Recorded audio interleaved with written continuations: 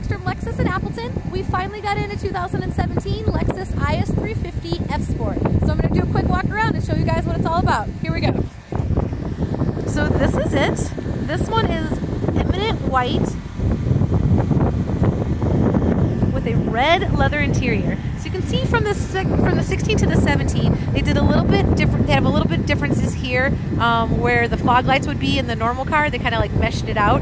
A little bit different layout here to the headlights. The LED strips. It's a little bit of a different kind of curve, like right here.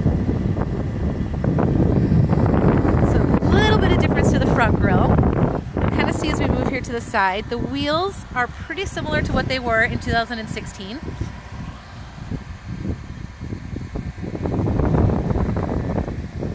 A little bit of a different design here in the back for the LED lighting and the tail lights. Just the kind of different lines here that kind of go angled down a little bit more. And this is the IS 350. They also make now for 2017 an IS 300. They actually got rid of the IS 250. So now going inside of the vehicle, it's the Cabernet interior, with black accents and aluminum trim. All right, I'm gonna hop inside the car now because it's 29 degrees outside. You can see it right there. Dedication, doing these videos for you guys. Here inside the car with the aluminum trim here, the unlock and lock, all of the buttons to one touch open, close all of your windows. Down under here are the buttons for the blind spot monitor, and this is a new feature that's in the car. Actually, it's been in the car before, they got rid of it and then they brought it back. This is an auto feature for the brights. So if you just leave this button pushed in, when you turn your brights on, it's an auto dimming feature, so if someone's driving at you and you've got your brights on, it automatically dims them so you don't blind them, and then it brings your brights back up for you. And then of course this is your blind spot monitor. And if you remember from other videos, your blind spot monitor is going to show up right there in the left side of your side view mirrors on both sides of the car. The cars do come with all-weather mats and carpet mats, so these are the all-weather mats that are in it. They say Lexus IS there on the side. Sorry, there's snow and stuff here. There's carpet mats that also come with the vehicle as well. So you still have your instrument panel right here and the little cool button here that you can push on the steering wheel that opens up this extensive information panel that shows you information about your radio, your cruise control, navigation, information about the car, all right here. And how I'm looking through all this stuff is just with the square button that's here to the right on the steering wheel. Some of these other features that are new for the vehicle, it has the Lexus Safety Plus package on it, and that gives the car 3 different things. It gives it pre-collision, which uses the radar beam that comes out of the front of the car to try to get the car to be able to avoid things, to apply maximum brake pressure, tighten up your seat belts, anything that the car can do to get you to avoid an accident. It also would slow the car down all the way to a stop if somebody walked out in front of the car. It has something called pedestrian crossing.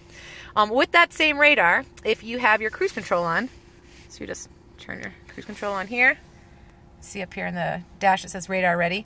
I'm pushing this little button right here that has a picture of a car with 3 lines on it. And when I push that button, you can see the 3 lines that show up on that screen. 3 car lengths, 2 car lengths, 1 car length is what each of those lines represent. So if I leave it right here, that radar beam is going out 2 car lengths in front of the car when my cruise control is on. And if somebody moves in front of me, say I'm going 70 miles an hour and someone moves in front of me and they're going slower than me, it bounces off of them and slows me down and puts me at their speed. And then when they move out of the way, it speeds me back up to where I was at before. So that's just kind of a cool thing that it does with the cruise control, so you don't have to make fine-tune adjustments to like accelerate and reset and brake and reset and all that kind of stuff. So the car just does that by itself.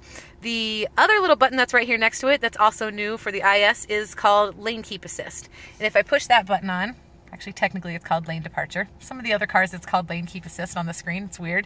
But the Lane Departure, that kind of does what it sounds like it does. If there's sensors on the left and right side of the car, and if it senses that you're going to sway out of the lane, it makes fine-tune adjustments to the car to kind of keep you back in the lane. I also have a video somewhere on my channel where I actually display or show you guys how the Lane Keep Assist works. And if I was more YouTube savvy, I'd put like a link right here in my video, but I don't know how to do that. This is another new feature that's in the car. It is probably the coolest new feature, the coolest new upgrade that they made is they made the navigation screen bigger. So I don't know if you can kind of see, like, it takes up now this whole little area here, where before, zoom in a little bit better, before there was a big space on the left and right side here, like of a few inches, and your screen was just really, really little, like maybe like that big inside. So so they made the navigation screen bigger. It works identically to how it does in the navigation system in like the new RXs. If you've looked at any of those videos that I've made, I did one just the other day about showing you how the nav screen works. So this is that exact same nav screen.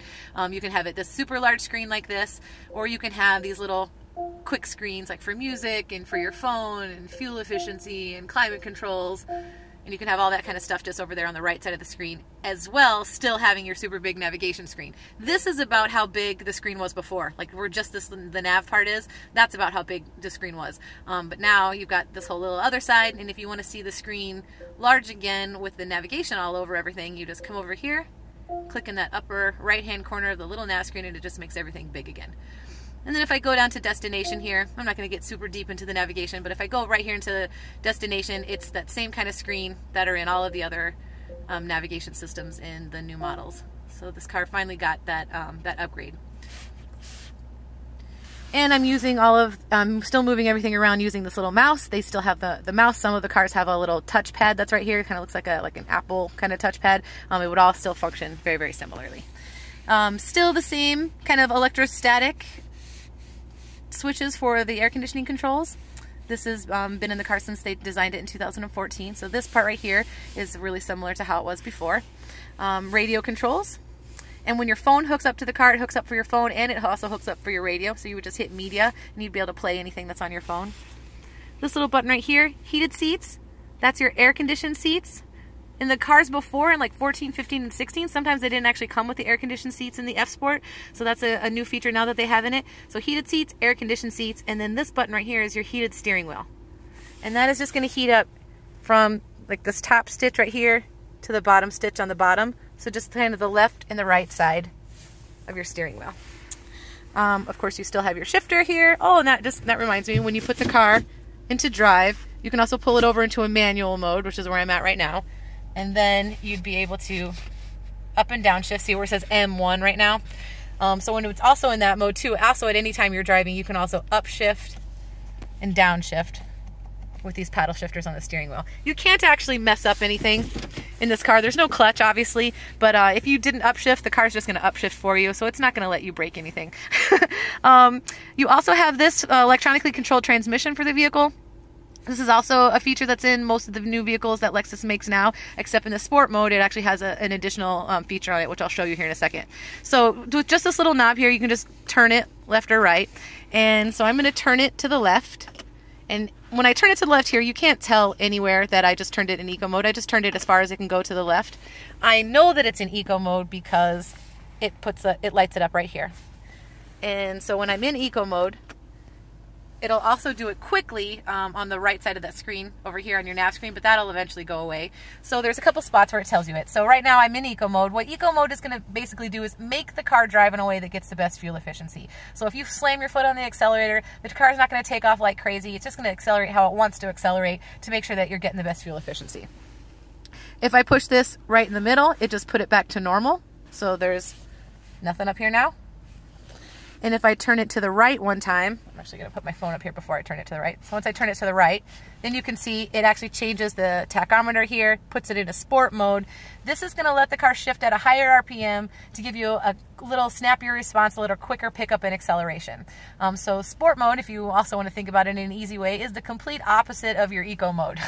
Your eco mode is going to save you fuel. The sport mode is going to burn fuel, but you're going to get something with the burning of the fuel. You're going to get some really cool and fun performance.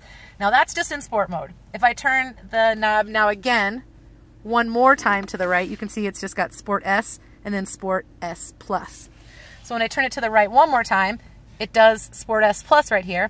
And what Sport S Plus does is it changes the shifting points in the transmission. It also tightens up your suspension, and it also tightens the steering of the car. So it does 3 things to the vehicle instead of just the 1. So and that really changes the performance of the vehicle. Driving the car in Sport Plus versus Eco mode, it's a completely different car. It's kind of like with the eco mode, the normal mode, the sport mode, and the sport plus mode, you kind of have 4 different cars.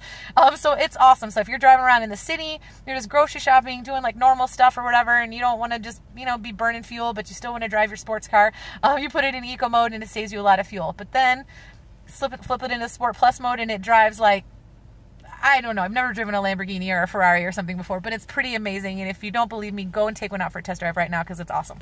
Okay, so then what else? Let me kind of go over here so you can sort of see the seats. So in the red interior, it has black stitching. There's kind of like black accents in the little holes. That's where the air-conditioned seats come out of, or the ventilated holes that are in the seats. And then otherwise, when it's heating it, it's just heating it with coils, and so it just makes it hot. But if it's air-conditioned, it's actually blowing right through the holes on the leather.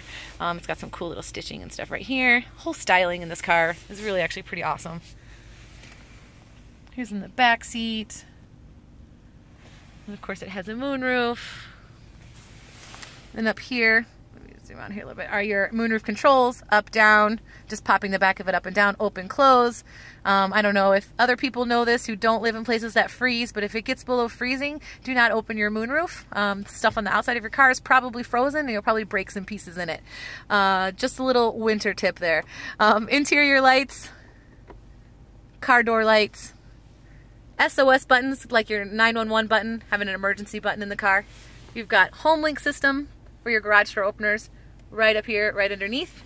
And that's about everything I can think of in this car. There might be something that I missed that I forgot to talk about, but if you guys have any questions, put them in the comments below and I'm happy to help you. Take care, have a great day.